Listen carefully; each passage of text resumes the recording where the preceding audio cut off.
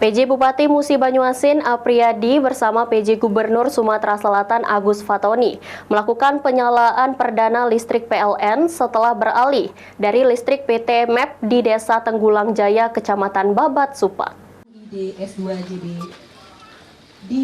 PJ Bupati Musi Banyuasin Apriyadi Mahmud bersama PJ Gubernur Sumatera Selatan Dr. Agus Fatoni secara resmi melakukan penyalaan perdana listrik PLN pasca beralih dari listrik PT MEP di Desa Tenggulang Jaya, Kecamatan Babat, Supat.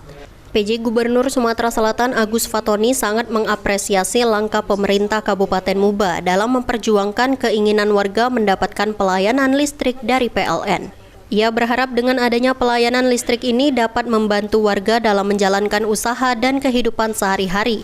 Pemerintah juga akan terus mendukung setiap pembangunan yang ada di wilayah Sumatera Selatan. Dan seluruh jajaran ini tentu sangat kepada kita.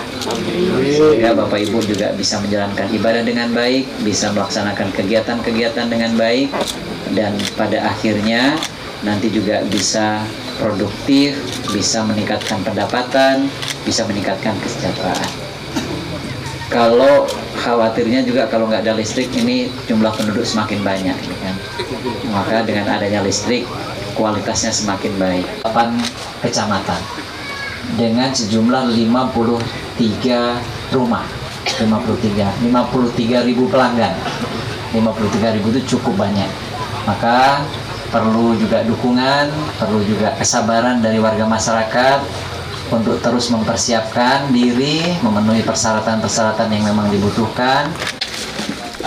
Sementara itu, PJ Bupati Musi Banyuasin Apriyadi mengaku sangat senang dan bersyukur bisa menuntaskan persoalan peralihan listrik PT MEP ke PLN. Ini berkat kerja keras OPD serta stakeholder terkait di Pemkab Musi Banyuasin, serta support warga Muba sehingga warga dapat menikmati listrik langsung dari PLN. Ruzi Iskandar, PAL TV.